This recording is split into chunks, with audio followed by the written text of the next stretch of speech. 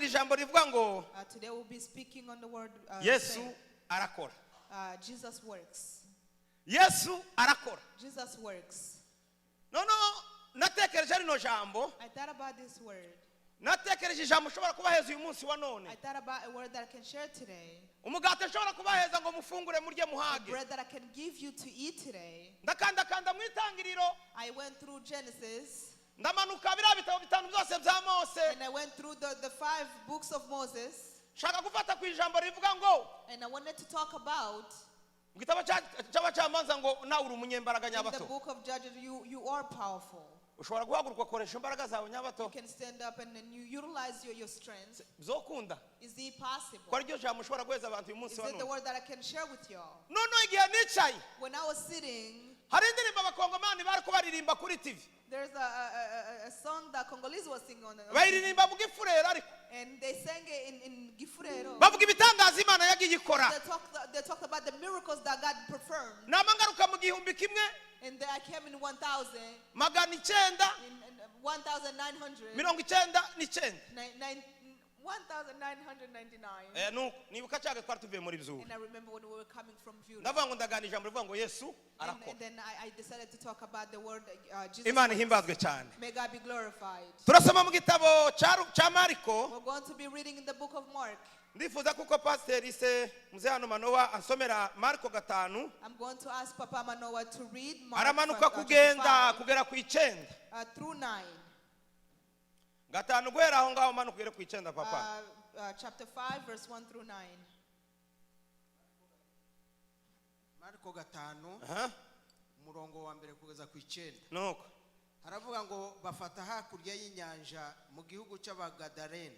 Bafata hakurya y'inyanja mu gihugu They cy'Abagadarene. went across the lake to the region of Gerasenes. Yomotse uwo mwanya umuntu utewe na dayimoni ava mu mva Yambutse uwo mwanya. When Aha. Jesus got off the boat, umuntu ava mu mva aramusanganira. Umuntu ava mu mva aramusanganira. a man with an impure spirit came from the tomb to meet him. Yabaga mu mva nta wari ukibona icyo ashobora kumubohesha naho yaba umunyururu. Kuko kenshi bamubohesheje ingoyi y'amaguru n'iminyururu y'amaboko, maze ingoyi akayicagagura n'iminyururu akayivunagura. Ntiyagira umuntu ubasha kumuboha, ntiyagira umuntu ubasha kumuhosha. Iteka ryose ku manywa na nijoro yahoraga mu mva no ku misozi asakurizayo, akikebesha amabuye. Abonye Yesu akiri kure arirukanka aramupfukamira, ataka ijwi rirenga ati, duhuriye he Yesu, umwana w'Imana isumba byose? Kurahije Imana ntunyice urupfu n'agashinyaguro. Kuko yaramubwiye ati, dayimoni we muvemo. Aramubaza ati, witwa nde? Undi ati, ingabo niryo zina ryanje, kuko turi benshi. Aramwinginga cyane ngo atabirukana muri icyo gihugu. Kuri uwo munsi hari umugana w'ingurube nyinshi zirisha, nuko baramwinginga bati, twohereze muri ziriya ngurube tuzijemo. Arabakundira. Abadayimoni bamuvamo binjira muri izo ngurube. Umugana wirukira ku gacuri, zisuka mu nyanja, zihotorwa n'amazi, zari 2,000. Amen. Bwana asifiwe. Praise the Lord. Imana ihimbazwe. May God be glorified. Nimureke tubane mureke kuja ku matelefone. Please be with me. Twaganira ijambo rivuga ngo uyu munsi wa none. We'll talk about the word that says today. Ni ijambo rivuga ngo Yesu arakora. Says Jesus works. Baratubwiye ngo Yesu Yesu ageze hakurya yambutse inyanja So when Jesus crossed over, iryo jambo revera yarikozeho ku cyumweru and that's the word was spoken on kuko niwe wari Sunday, umuvugabutumwa wacu because he was the preacher last ndavuga ngo Sunday, nanjye reka uyu munsi mbaje kurivugaho and I wanted to talk about it today, ariko mvuga ukuntu Imana izikora but I wanted to mention how God works, mvuge gukora kw'Imana and I'm going to talk about hari his ibyo Imana miracles. yankoreye There are things that he has done in hari my ibyo Imana life. yagukoreye There are things that he has done hari for ibyo us. Imana yagukoreye There are things that he has done ibyo for us. byose All of those things, tubashe kubihuriza hamwe and we're going to put them together kugira ngo tubashe kuvuga imbaraga so we z'Imana can talk about his power. Imana ihimbazwe ba May God be glorified. bavuze amakuru y'uyu mugabo They talked about the news of this man. bavuze ngo hakurya hari umugabo wari arwaye abadayimoni umuntu There was a man on the other side with impure spirits, baravuga ngo uwo muntu yari atuye mu mva and they said he used to live in tombs, bavuze ngo se umuntu yari aturutse mu mva and somebody was coming from tombs, bavuga ngo se uwo muntu se yari atuye mu tuburi and you can ask yourself, was he hari living igihe in the ushobora kugira cemetery? ikibazo You may have a problem, umwana wawe yagira ikibazo and when your child has a problem, umudamu wawe yagira ikibazo when your wife has a problem, hakaba n'igihe ushobora kumuhararuka and sometimes you get tired of them. iyo ikibazo cyarambye When a problem takes long, iyo indwara yarambye when a sickness takes long, urarambigwa you get tired, ukumva wuhararuka and you get tired, ukavuga ngo indwara yabaye iyiwe and says this sickness, ndetse yanataka and when the tutekereza kujya no kumureba and you don't want to ikibazo visit, ukacyita ice and you said the problem is kuko hers yagitinzemo cyane because she has been in that problem for long. uwo muntu yatinze mu kibazo This person was in the problem for a long time. nuko asandi mama w'Imana ugweze umugisha Thank you so much. uyu munsi ni sawa haki ya Mungu Today is good. uyu munsi ni mambo sawa sawa Today everything's going well. none uwo muntu yagize ikibazo This problem had a problem. This problem had a problem. aragitindana And she was in the problem for a long ngo time. amare kugitindana Being in that problem for a long time. umuryango arawunaniza And then she was n'umuryango urananirwa even the family was giving kugeza up aho yihaye agahinga until she escorted herself biterwa n'ikibazo yari arimo because of the problems that she was facing. amaze kugira ikibazo kiremereye And once the problem was heavy, n'ikibazo yari afite buri we kimugoye and the problem that she had, yarahanganye n'ingabo n'isi she was watabashije facing a lot of people. yarahanganye n'ingabo abana b'abantu batabasha guhangana nazo Facing with the people that people cannot mu defeat. gihe abana b'abantu babonye ku rugamba rukomeye When people saw that the journey was getting heavy, bamurekera ikibazo ciwe bamurekera ikibazo ciwe and they let her face her problem by herself. kumurekera ikibazo cye And after giving up on her, badaye genda wimenye and said, go and deal with it, kuko ikibazo cyari cyarambye because the problem was taking long. umugabo wawe yaramba mu kibazo ukamuhararuka And your husband can be in the problem for a long time. umwana and wawe get ashobora tired of it. kuramba mu kibazo ukamuhararuka Your child can be in the problem and get kandi ntibigere tired of wibuka her bya of bindi him. byiza byose mwabashe kubana And then nawe you don't even remember the good times tubashe you had. gutekereza ibyiza yigeze no You gukora don't even remember the good things that she has done. niko abana b'abantu And bameze that's how human beings are. umuryango umutaye When you get ikibazo yari afite gikomeye agumye give up guhangana on you, nacyo you keep deal with the problem by yourself. abadayimoni bamutwara ahantu baza bahamba abantu And the demons took him where they buried kandi him. ngo kuri ako karenge nta muntu n'umwe wahacaga And nobody could cross, could pass by kuko yari amaze kunaniza umuryango because the family was getting imbaraga tired. zari zimurimo ngo ntibabasha kumubohesha ingoyi They could not chain him. kandi ngo bamuhambiraga amaguru n'amaboko They used to chain Iyo his mikufu feet ngo and akayicagagura. hands, and he would break them. urumva yari amaze kunanirana And meaning that he was getting stronger. byari byakomeye It was getting ako difficult. karenge yari atuyeho In the region that he used to bajaga live in, guhamba bakagenda bafite ubwoba they used to go bury people kuko in the unabitekereje bari bamaze kuhaheba Even when you think about it, maybe they were ariko giving up yesu that umwana w'imana faith. But Jesus, the Son of God, yesu uzi ukora ibitangaza Jesus, yesu udatinya umwana w'umuntu Jesus was not scared of a human yari afite being. imbaraga zidasanzwe He had the power. ntabwo yabashije gutinya ibyari bihanganye n'uwo muntu He was not afraid of the kuko yari afite imbaraga zikomeye zari muri because he was zabasha kumukoresha powerful. ngo ahambutse And when he was crossing by, he was passing by, wa muntu ngo aramubona and the person saw him, ngo baraganira haba ikiganiro and they were conversing, kandi ngo yamahitamo amubwira ngo yesu umwana w'imana and he said, God, the Son of God, ngo aragenda ngo amupfukame imbere and he knelt before him. kubwiye ko yesu azakora I'm telling you that God, Jesus works. mu kibazo gikomeye yesu azakora In the difficulties that you face, mu God ndwara works. yesu azakora In the sickness, Jesus works. yesu akora ibitangaza uwo munsi Jesus performed miracles that day. kandi ngo icyatangaje What amazed me, noneho ngo amaze kumusengera after praying for him, ategetse abadayimoni ngo sohoka and he told the demons to get baramubwira ngo out. se kurabona twoja hehe Asked him, think we should ati go? ndahandi hano yewe hari ingurube And said there is a herd ati of none izo pigs. ngurube duhangura tuzinjiremo Please give them permission to go kuko aho in niho hari irembo ry'abadayimoni niho hari irembo ry'abadayimoni because there was the entrance of demons. nuko abadayimoni bamavuga ati sasa ibintu birakomeye And the demon says the Inzira yacu situation is changing. This is our way. ingurube ibihumbi bibiri 2,000 of pigs ingurube z'abaturage of the population who were living none there. abungeri bari baziragiye Those who were looking after the pigs, babonye ibyo bintu bibaye after seeing what had happened, kandi ingurube zose kuziswaga abatagwa z'amahoni kuswagiriya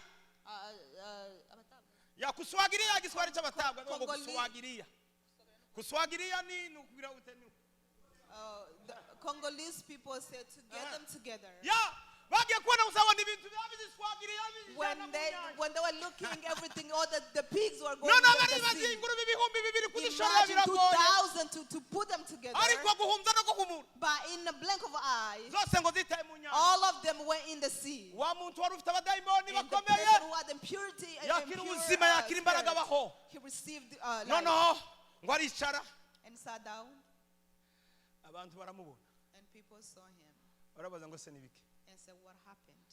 mwebwe ko murabona ameze ate And said, "What do you think?"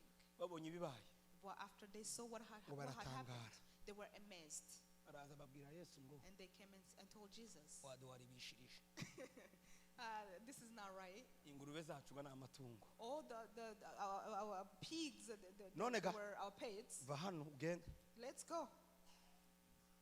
subiraho uturutse genda Go where you came from." yesu ngo gahunda yari imujanye His plans, yaramaze kwikora he had already done it kuko yesu because Jesus, arakora he works.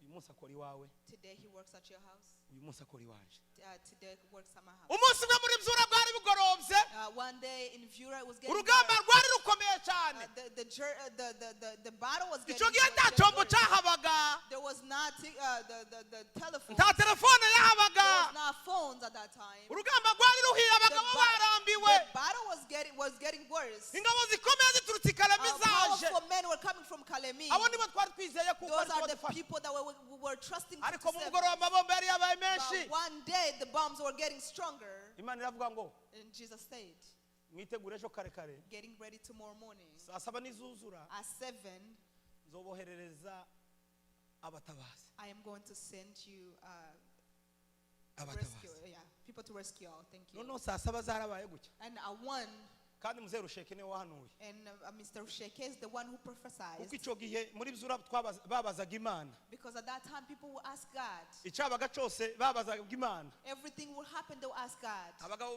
bakicara bavuga ngo se twakora iki And men will get together and ask, ati what should mureke we do? dusabe imana inama Let's ask God for advice.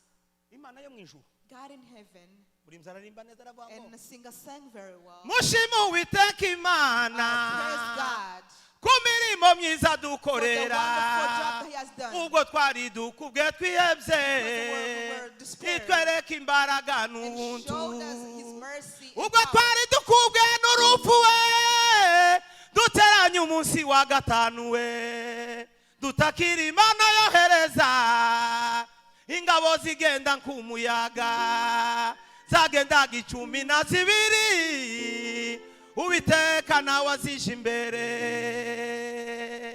tubuka muri transpose papa shaka transpose iyo nyine ndimo abagabo bari bamaze kuruka Men were getting tired. abagabo byari byakomeye And the battle was getting stronger. abagabo babifuza kuba abagore And men were wishing they were women. urugamba rwari rwahiye byari byaciye And the battle was getting mu nzu worse. twari turimo nijoro mu masaha 8 At 2 a.m. baravuze ngo abagabo bose nibabyuka baje ku rugamba And they say all men wake up and go to the battlefield. nta mugabo mvuze ariko uwo mugabo ariyizi mu masiteti atuyemo I'm not mentioning the name, but this man knows afata himself. urupanda arakenyera And took a gitenge and afata wore it. igitambara Even aracifunga head wrap and wore a twebwe head twari wrap. tukiri abana We were still young. noneho ngo amare araryama And he slept. aryama iruhande rw'abana He slept next to the yibagirwa ko children. afite ubwanwa He forgot he had beard. noneho ibyamubayeho uwo mugoroba What happened that evening? ni uko urugamba rwari rumaze gukomera It was because the battle was getting worse. araryama ngo amare aragaragara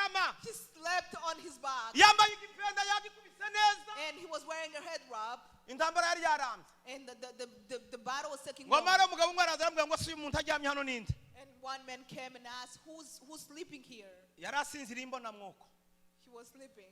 mwamare aramubwira ngo se kusinzira wewe wa mugabo we urasigara mubana n'abagore And he said, you men who's sleeping, are you going to stay with women and yamakanga children? And he woke up kuba wikanga and said, why are you erega seem umugabo so surprised? ubwanwa se wabugaragara n'ubw'ubusa You are a man and then we can see your beard. cha Go. yamavuga ngo singenda And he said, I'm not going. habe n'ubwo mugira gute Even if you kill me, I'm not going. biranga birahama And that was the decision. urugamba rwari rwakomeye And the battle was getting us yesu stronger. ukuntu azakora The way Jesus works. muri uwo mugoroba tubona ukuboko In kw'imana that evening, we saw his hand. twari tumaze kwiheba We were getting hopeless. ibintu byananiranye Everything was getting abantu bari bad. bapfuye People were dying. n'igituma turiho none And the reason why we're here nuko today, yesu azakora it is because Jesus works. yesu aratabara And Jesus came to our rescue. bagabo namwe bagore bahungu mwese namwe bakobwa mwe kibagirwa iz'Imana yabakoreye muzamamaze bikwire hose yabahoye imbohe zacu ninshi zari zibohewe mu manga yabazanye bate ku mugongo w'Imana tuzibonye dusa n'abarota we yabazanye bahetse ku mugongo tubibonye dusa n'abarota we tugiye twese cyubero haleluya Hallelujah. umunsi umwe And one day, abana b'abanyamurenge bari baboshwe nyabato Congolese men were jailed. abana b'abanyamurenge Banyamulenge people were jailed. kuko tabakongomani bari barimo natwe urumva abandi nitwe kwari turimo It was just the Banyamulenge people. noneho ngo bafungirwa ahantu hagoye They were jailed in a bad place. ngiyo prison yabagamwe tiyo yari yarahaye ibitsigize imyaka n'imyaka In that prison, there was a pipe that was broken for baravuga many ngo se none years. ko nta muntu waduha amazi waho tugemurira And said, we do not have water. bari baboshwe gusa ari ukurindira gupfa They were just in the jail just to, they were kuko waiting nta to mbabazi die. zari zihari bari abanyamahanga bari Because there was not badufitiye mercy for them. noneho ngo baribwira And then they thought to themselves, mureke tunyunyuze ino tiyo kugeza igihe izana amazi let's leak to this pipe and then it babikoresha comes water. kwizera They do that in faith. baranyunyuza agatambuka And they start akanyunyuza leaking. igitiyo agatambuka They start leaking and go ngo habe high. umunsi umwe And then one day, imana kugize ikora ibitangaza God performs imana ikora miracles. ibitangaza And God performed imanura amazi miracles. muri gereza And then what they got water in the baranywa jail. bashira inyota And they na drank. n'ubu nyine hari abagabo babihamya bahari Even today, there are those who testify for that. yesu arakora Jesus works. reka gucika intege yesu arahari Don't be discouraged. Jesus works. reka gukuka umutima dufite umugabo uturwanirira Do not be discouraged because we have somebody who fight for us. shanse yararirimbye Chance sang aravuga ngo yesu arakora and said, Jesus works. ni ukuri arakora It truly works. nubwo wabona bitinze Even gusohoza if it takes long to ariko hari fulfill. igihe hari igihe But there's time, there's mu kibazo time. cyawe yesu arahari In your problem, Jesus is reka there. wirambirwa yesu ngo wari Don't hafi get tired, Jesus is ari ku near. muryango atende And kugutabara he's getting near, he's coming to rescue gusa mureke you. tuzabura amashimwe y'imana Let's praise our Lord. tuvuga imbaraga And z'imana let's talk his kuko yesu goodness. yagize neza Because God has done wonders. umunsi abanyagatumba bategwa When the Gatumba people were attacked, nari mparaye I was there. nahataramye na kane I was there on Thursday night kuko batewe na gatanu nijoro sibyo because the attack was on Friday night. batarama na kane nijoro I was there on Thursday. marahemu rutekereza arambwira ngo wewe noneho kubera ko dufite bari ko bateguza igiterane Late Pastor Rutekereza told me, ati wowe reka uzoreka uzotahe ku kindi cyumweru stay here and go next week. noneho turara na mushambaro I was with Mishambaro, uwo munsi nararimbye cyane mu rukera nari mfite gitari cyane cya karanto and that night I sang and then I had my guitar. ndirimba indirimbo ngo panda imana izani yawe ndatarama Alex ni irindi zina ryanjye bazabandita Alex iri hano My other name is Alexis. serugo ari mazina yawe ndarivumbuye baba serugo ndi mazina yawe papa noneho ndatarama cyane turanezerwa And we were ariko singing. hari ijambo nariko numva muri But jewe there was a word that I was feeling in kumva inside me. kutazongera kandi kubabona kuko And nakusubira I muri felt Kongo like I wasn't going to see them again because I was going back to Congo. twarambutse gutya we crossed over. mwongera ibuvira When I got to Uvira, naje bandaza muri gasho and then I was jailed. cyagiye byari bikomeye The situation was worse. ngo turare ku gasozi hajya haruguru ku kirungu And when we were at Kirungwa, kumva amasasu mu Gatumba we heard the gunshots in Gatumba, abantu barapfa and people died, abantu barakomereka and people got wounded, abandi barakira and others survived. cyo cyose Yesu arakora And everything Jesus kuba was. hari abariho turi kumwe ubu nyine Because there are those that were si weak, uko bari that beza were here. kuruta abandi It's not because they were beautiful than ariko those who Yesu died. yaramanutse wa munsi But because Jesus mu descended maraso that menshi day in a lot of mu gahinda blood, kenshi in a gakomeye lot of agony, aravuga ngo wowe and ndacyagukeneye said, I still need kugira ngo you uzakomeze wabubaze so you ubutumwa can bwiza serve. niyo mpamvu nyamukesha That is why Uriho uyu munsi wa Nyamukesha, none. you're here today. Yesu azakora ibitangaza Jesus performed miracles. mureke gucogora Do not get discouraged. mureke gucinga itege Do not discourage. dufite umugabo ukomeye Because we have a mighty God. reka nsobe ndirimba akarimbo kamwe Let me sing one song. ngaribuza papa ariko ndaririmba muri ritime iriya yo hakurya sibyo murambabara kubera iyo nanezerewe nza mbikoresha byose ibitumili twe tufukiriri tumusoma igamba lyalule mali natuwire ko Yesu akakora twehe tunayemere ko Yesu akakora twehe tunayemere ugayemera yemere Yesu ugarahira nahire Yesu ariko agayama Yesu naho yebakundwa ariko agayama Yesu we naho yebakundwa Yesu yakoze ibitangaza Jesus had performed miracles akiri hano kwisi when he was still on earth. akora igitangaza cya nyuma And he did the last miracle ageze ku musaraba when he was on the cross. hari umusirikare wamufashe There was a man who muri captured ba him. basoda bafashe Yesu Among the soldiers who muri ba captured him, basoda batowe bo kwica those Yesu Kristo who was chosen to kill him, uwo musoda yari arwaye one soldier was sick. musoda muguma akayemera Yesu we ya ya ya ya ya ya ya ya ya ya ya ya ya ya musoda muguma akayemera Yesu we ibiri kuri ashuma umwana wa Mungu none ngo mare ngo fata icumu And he took a sword. ngo mare arari mutumita And then ari mutera mu rubavu he was put in none ngo his mutera chest. icumu mu rubavu And then when he did that, Yesu akora igitangaza and Jesus performed the miracle. Yesu utiyare ububabare bw'icuma muteye And he did not see what has Yesu been kuko ari done to umugira him. neza ari umutunzi w'imbabazi Because he's a God of mercy. kuko yari yejejwe wese Because he was righteous. ngo amaraso ngo arasimba itera mu jisho ryiwe amaraso His blood went into his eye, wa musoda ngo yama bamuzima and the soldier was healed, arahumura and his sight was restored. baravuga ngo izukuri And I said, truly, uyu muntu yari umwana w'Imana this was a man of God. mu kibazo cyawe In your problem, Yesu ari hafi he's near. witegure kuko You must be ready hari igitondo kimwe that there's one morning, hari umugoroba umwe there's one evening azagukorera igikomeye that he's going to Ubundi perform a n'ubundi miracle kora- in your life. He's Umwuka doing that. duhumeka. The breath that we Nta kiguzi breathe every twatanze. morning without even no cost. ko arakora He's doing his Yesu job. arakora nukuri arakora nubwo utarasubizwa twakuka umutima Yesu arakora atuye inyuma y'ibihe aruta itangiriro Diana ari he ya naneza ya n'umukozi umuhanga Yesu arakora ibyo ushaka bimewe nawe Yesu arakora tuzamurikira cy'Imana haleluya Hallelujah. Yesu arari kubwawe Jesus is there for you. aravuga ngo inyoni zarororotse And said the birds have been multiplied. ngo n'amafi yo mu nyanja nayo Even the fish in the sea, kandi ngo azahumeka and they breathe. urujanga rugira strategy A fish has a strategy. kujya muza mubona rutuye mu mazi When you see them living in the water, ntawuzi urutokora they don't have anything in their eye.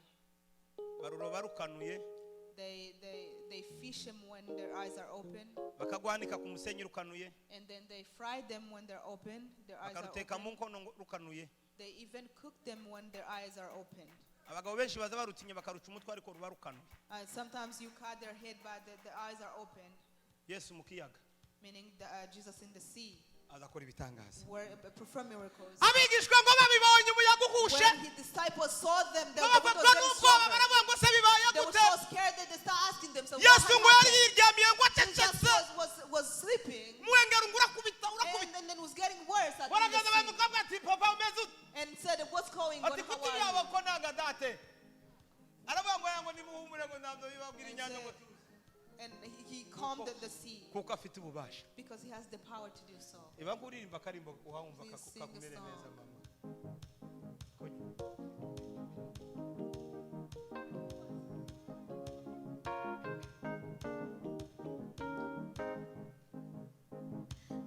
Numukozi numuhanga Yesu arakora ibyo ushaka bimenwe nawe Yesu arakora numukozi Umuhanga Yesu arakora ibyo ushaka. ibyo ushaka bimenwe nawe Yesu arakora Zaguha umugisha, wera umugisha, indura umugisha, ntibizabireba. Zaguha umugisha, wongera umugisha, windura umugisha, ntibizabireba. Kozi w'umuhanga Yesu arakora ibyo ushaka bimenwe nawe Yesu arakora. Inyoni zarororotse mu kirere, amafi yo mu nyanja yaragwiriye. Inyoni zarororotse mu kirere, amafi yo mu nyanja yaragwiriye. Wibaza ko mbikunda kurusha umuntu, bigatuma uza imbere yadutizeye. Wibaza ko mbikunda kurusha umuntu, bigatuma uza imbere yadutizeye. Wibaza ko mbikunda kurusha umuntu, bigatuma uza imbere yadutizeye. Umukozi w'umuhanga, w'umuhanga arakora ibyo ushaka bimenwe nawe Yesu arakora. Imana icyubahiro. Haleluya. Hallelujah. Mureke mbabwire akantu ka nyuma, Let me tell you one thing. mbabwire ubuhamya agira nyicare. Let me give you a testimony, and I'll be sitting. Intambara yabaye muri Bzura, The war that took place in Judah. hano ko murambona ndi kuri live. As you can see, we are live now. Twe twari turi mu biraro, We were in the farm, I guess. nono twari ruhanika abazi kwa Gaharare, We were in Ruhanika. Those who know Gaharare, niyo twari turi. that's where we were.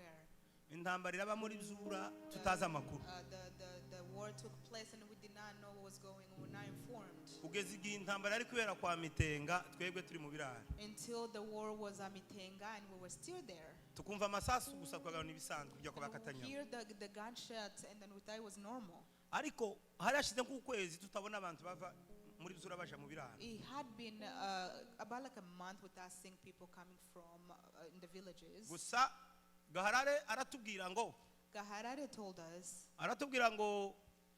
hariho imodokari zitambutse zivuye muri Bzura, there's cars that came from Judah, ariko bababwiye ko muri Bzura hageze imbogo, inzovu yica abantu. but they told them that there was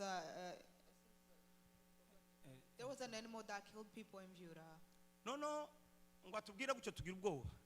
When he told us that, we were so scared. None iyo ikirere cyose kidakeye, nyine iyo hari ikibazo, When there is a problem, the whole region, ikirere ntikiza gica. the region is not clear. Buzabwira ukabona sinzi ukuntu imeze. It gets dark and then you see like something. Nono twakama n'amata katunanira. Even when we milk the cows, we couldn't drink. Kotsa imyumbati wapi ntiture tujya ngo duhage. We cook our cassava, it was not going right. noneho ngo habe umugoroba umwe And one evening, ari abagabo women, men, ari abana children, ibyo biratunanira we couldn't eat. kandi nari mu kiraro nje nyine I was there by myself. muzehe yari yagengwa agiye kubwira Diadoni ngo azoze ku ansange My dad had went to tell Diadoni to come and be with me. ibyumweru bitatu birashira And 3 weeks Mukuru went ataraza. by before without my brother coming. noneho ngatekereza ko habaye ubwoba kandi ndi nje nyine izi nka ndazishobora I thought it was getting scary, and then I could not handle the cows by myself. ariko twakomezaga gusenga But we kept praying. noneho ngo habe mu bw'icuku And in the crack of dawn, inka ya muramu wanje hano Nyarukundo irabyara the cow of my sister-in-law gave birth. kuko inka zurarembo yatangiye kwerera ku mugoroba The Inga zurarembo contraction yembo. started in the evening, noneho nkaguma kuja kuyisura mpandeba nyine and kept going to visit Ushobora to kwitsa see neza. how the situation was going. noneho ngiyeyo mu rukerera When I went there in the crack of dawn, nari mfite imbwa I had a dog. ngo mare igega ngiye nsubiye ngiye kureba yanka nari nyiheruka mu masasita When I went back to see the cow, I had seen him at 12, imbwa zirarunduma ngiye zigiye kwigeraho zirarunduma cyane and the dogs were barking. naho hantu hajyamye abatwa n'abatabwa bari baje kudutera There was people who had came to attack us. nuko ndagarutse mbwiye abandi ati nje nagize ubwoba bwo gusangira yanka hari And then I came back and told the people that I was with that I'm scared ni that I can't go kibazo ni there. kibazo wahuye naco And they said, what was the problem? ubwo nyine nkiyaye mbabwira ati ngize ubwoba As I was still recounting the story, and I'm told them that I'm scared. amaze abatwa batwisukamwo n'amashenyi And n'imishari the 12 people came and start attacking. naho naherukiye abandi That was the last time I saw people. nirukwanza amasaha 8 I was on my feet for 8 hours.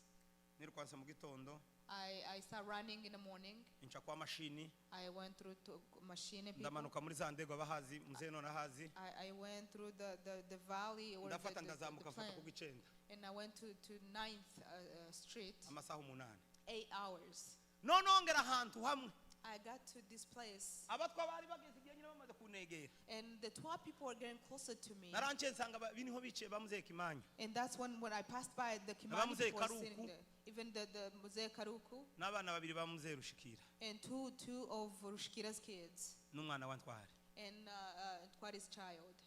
hakaba hirya yaho hari imanga utabasha kurangizayo And there was a ditch kandi nearby. hakaba hari indare y'inkubira yakuze imanukayo imanuka There was a lot of grass. noneho mbageze When I mbona got- ko banegereye inyuma sinsubirayo And then the 12 people were getting closer to me. I couldn't go Iburyo back. n'ibumoso wapi ntibikunda. And the left and right, it was not possible. And then I just closed my eyes, ndagenda umwuka numva kuhera and I couldn't breathe. hajya naguye Where I landed, ingwa mu mucanga urumva amazi y'akazaviri yazanye umucanga I akaba yari landed umucanga on hasi. the sand, ubwenge burayoba and then I could not think. I was lost for a moment. naguye epfo Where I landed, munsi hari uruzi runini rw'urubobi ruriya ruzi rwo ku munani underneath there was a deep river. kandi hari umwijima mwinshi simpambasha kubona It was dark. I couldn't see. kujya ngizemo iminota mikeya ntangira kubona ubwijiji nk'ibintu nyine bwari bwije When I was there for a few minutes, I started seeing aho hantu darkness. hagendaga mu isata yajyaga gushoka amazi kongera kandi kagaruka There was a snake going to get water and come back. ndavuga ngo wa mana we And I said, God, undindire muri uyu mwobo please protect me in this ditch. ndamanuka ndagenda nika mu ruzi And I went in the river. abatwa nabo batwika ya ndare yari ruguru And the 12 people burned the kugira batwika indare area. umwotsi uba mwinshi As they were burning the ndambuka area, ku musozi hakurya and then I crossed ngo over the nambuke other hakurya side. mbasanga muzehe bukomokomo And then when I got there, Mzee Bukobokomo was basanga there. Zakaya And Zakaya was there. basanga muzehe Philip And Mzee Philip was there. bari baje batabariye ba mavudiko mu biraro They were come to the rescue of the other people. noneho ngo babone ukuntu mbaye ngenda When they saw me walking, ikirato nagitaye I was aho barefoot. ndiserera amaguru yabyimbye I was limping. My feet were kandi swollen. inkango zandemaguye And my feet were swollen. ipataro nambaye agapataro kashize And even the pants that was Aturiya wearing was n'umutabwa cut. tumurasa. And they said, this is 12 people. Let's shoot him. Aranyitegereza mu mwanya. They saw him. They started looking at me. ngo mbabone gutya nama ndangiza Filipo ndamumenya And then when I was looking at them, I ndamubwira ngo ni recognized Philip. jewe Sebintu And I said, it's I, Sebintu. navuze gutyo nama naniko I said that, and then I fell. I fell on to the ground. They came and started helping. And then I saw the goodness of God. God rescued me. The God who rescued me, and He's still the same God who's rescuing you. He's not afraid of the time. He's not afraid of challenges. And He comes to the challenges. When you're about to give up, that's when He comes. And I saw the goodness of God. Jesus works. And today is your day. Today is your day to be rescued. If you believe, please stand up. And we're going to tell God so God can help you. Ibyago nibintera mpumuriza unturiza umutima nimbabara nanje ngukungiyeho ngo nduhukewe sintinya turi kumwe ubu naho nahishwa ayiwe nizeye kuzajana edukuboko kwanje we unyobo ya unjane tujana ungeza heza ubiteka we edukuboko kwanje unyoborewe unjane we tujana ungeza heza we reka dusenge. Mana ya Ibrahimu, Mana ikora ibikomeye, Mana utabara igihe kigeze, Mana twabonye muri Byura, Mana twabonye wa munsi kwa Mitenga, Mana twabonye wa munsi ku Cambere, Mana twabonye wa munsi Ruhanika, Mana twaboneye muri Koke ngo abanzi bari batukose inyuma n'imbere.